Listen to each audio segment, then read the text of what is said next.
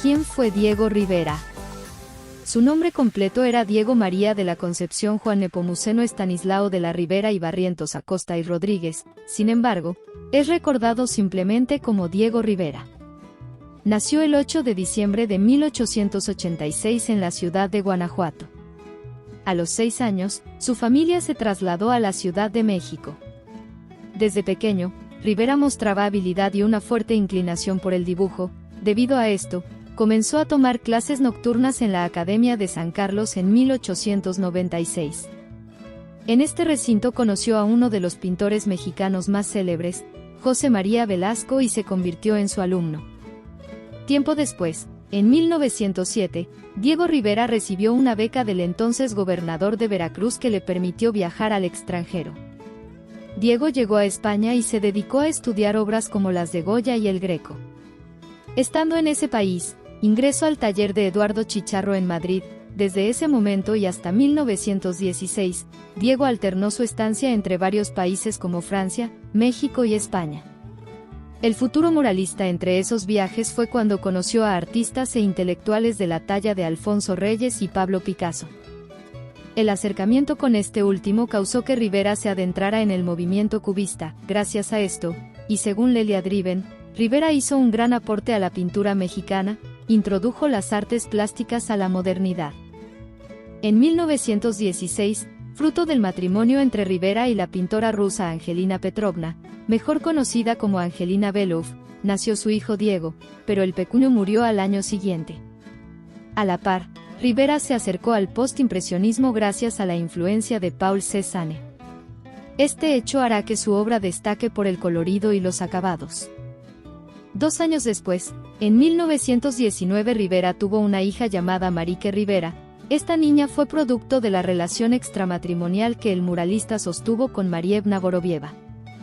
Posteriormente, en 1920, Rivera viajó a Italia, donde estudió el arte renacentista.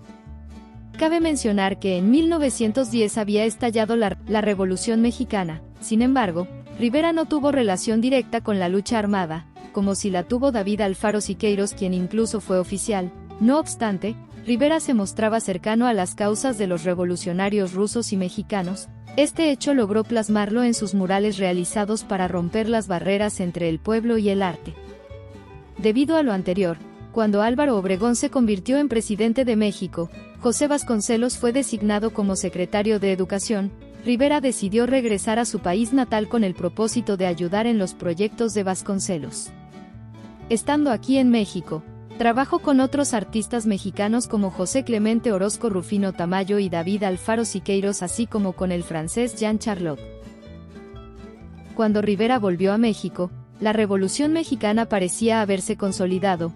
Ahora quedaba reconstruir la identidad nacional, hecho que quedaría plasmado en el impulso nacionalista de Vasconcelos y de otros artistas. El ideal nacionalista no fue compartido por todos los artistas e intelectuales. Un ejemplo es la existencia del grupo Los Contemporáneos, quienes, contrariados con sus tendencias universalistas a su época, fue relegado y olvidado por años. Pese a la disputa entre universalistas y nacionalistas, Rivera se convirtió en un gran representante del nacionalismo.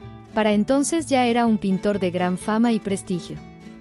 Además, se dedicó al estudio de las formas primitivas del arte mexica y maya. Este hecho influiría profundamente en su obra al emplear trazos y figuras gruesas semejantes a la época prehispánica.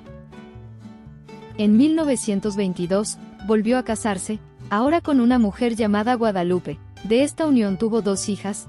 Rivera se convirtió en uno de los fundadores de la Unión de Pintores, Escultores y Artistas Gráficos Revolucionarios. Además, en esa época, se unió al Partido Comunista Mexicano. Fue hasta 1929 cuando Rivera decidió volver a casarse, pero esta vez con la pintora mexicana Frida Kahlo, con quien compartió un largo periodo de su vida, lleno de intensidad y dramatismo. Pero además, ese mismo año fue expulsado del Partido Comunista Mexicano por su relación con los Estados Unidos. Más tarde, solicitó al presidente Lázaro Cárdenas dar asilo al político ruso León Trotsky. Cárdenas aceptó y al año siguiente llegó a la Casa Azul de Frida Kahlo, de quien Rivera se separó temporalmente. Tiempo después, En 1946 Rivera pintó una de sus obras más destacadas llamada Sueño de una tarde dominical en la Alameda Central, en el Hotel del Prado de la Ciudad de México. Para 1955 y después de mucho sufrimiento emocional y físico, Frida Kahlo había fallecido. Nuevamente, Rivera volvió a casarse, esta vez con Emma Hurtado. Sin embargo, este matrimonio duró muy poco ya que Diego Rivera falleció el 24 de noviembre de 1957, no sin antes dejar un legado que embellece nuestros muros y acercar al pueblo mexicano con el arte. Aquí les muestro sus obras destacadas. La Era, la cual pintó en 1904. Retrato de Angelina Belouf de 1909. Maternidad de 1916. Espalda desnuda de una mujer sentada en 1926. El mural del Palacio Nacional, el cual pintó entre 1929 a 1945. Los rivales en 1931. Mural de Sueño en una tarde dominical en la Alameda Central de 1946. Y Las sandías en 1957.